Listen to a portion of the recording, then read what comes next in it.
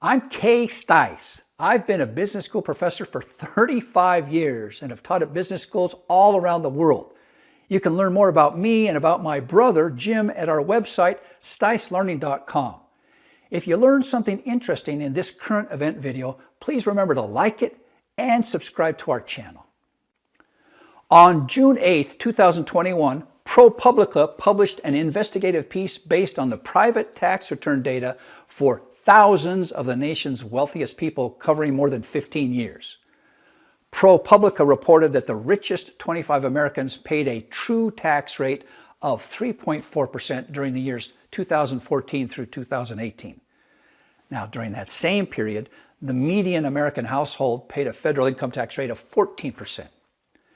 And ProPublica singled out Warren Buffett as the worst offender, paying a true tax rate of just 0.1%. Okay, now let's skip over the ethical and legal issues associated with the public reporting of stolen private tax return data. Now let's just look at the claims of the report itself.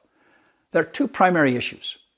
First, the U.S. income tax system does indeed allow for a multitude of legal tax deductions. Should rich people take advantage of those legal deductions? Second, the U.S. income tax system is based on the taxation of annual income, not on wealth or wealth changes. Okay, should rich people take advantage of legal tax deductions? Here's a famous quote from U.S. Judge Learned Hand in 1947. Quote, "Over and over again, courts have said that there is nothing sinister in so arranging one's affairs as to keep taxes as low as possible. Everybody does it, rich and poor, and all do right. For nobody owes any public duty to pay more than the law demands. Taxes are enforced exactions, not voluntary contributions." Close quote. So, is it ethical to arrange one's affairs so as to keep taxes as low as legally possible? Well, of course it is. Now, whether the tax laws give too many deductions to wealthy people is a legitimate subject of discussion. That's a great topic for the U.S. Congress to discuss. Now, how about counting changes in wealth as part of the income on which a person should pay income tax?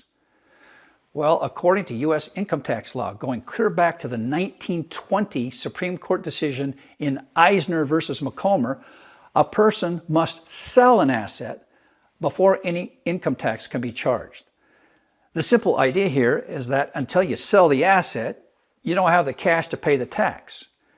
For example, let's say that you own and live in a house in an area where real estate prices have skyrocketed. Your house has increased in value by $200,000 this year. Should you have to pay income tax on that $200,000 increase? If so, where would you get the cash to pay the income tax given that you're still living in the house, haven't sold it, and so haven't received any cash, any of the $200,000 increase in value? Now, from the standpoint of income tax theory, you don't have the ability to pay the tax until you sell the house. Well, according to the ProPublica report, the value of the wealth of Jeff Bezos increased by $99 billion during the years 2014 through 2018. According to his U.S. federal income tax return, Jeff Bezos paid federal income taxes during that period of $973 million. This income tax is just 0.98% of Jeff Bezos' wealth increase. This is what ProPublica calls the true tax rate. Well, 0.98%, that seems low. However, U.S. tax law doesn't tax Mr. Bezos, or you, or me, based on wealth increases. The total income, according to the tax law, reported by Jeff Bezos during 2014 through 2018 was $4.22 billion, making his real income tax rate, according to the law, 23.1%. Now, should Jeff Bezos and other rich Americans be paying more taxes? Well, maybe. That's a good question for public debate. Perhaps some tax deductions, which primarily benefit higher income people, should be cut back or eliminated. These include the tax deductions for home mortgage interest, charitable contributions, and 401k plan contributions. But to increase income taxes through instituting taxes on wealth changes would require a substantial change in the income tax code. An alternative that has been floated is a general wealth tax. A rate that I have heard mentioned is 1%.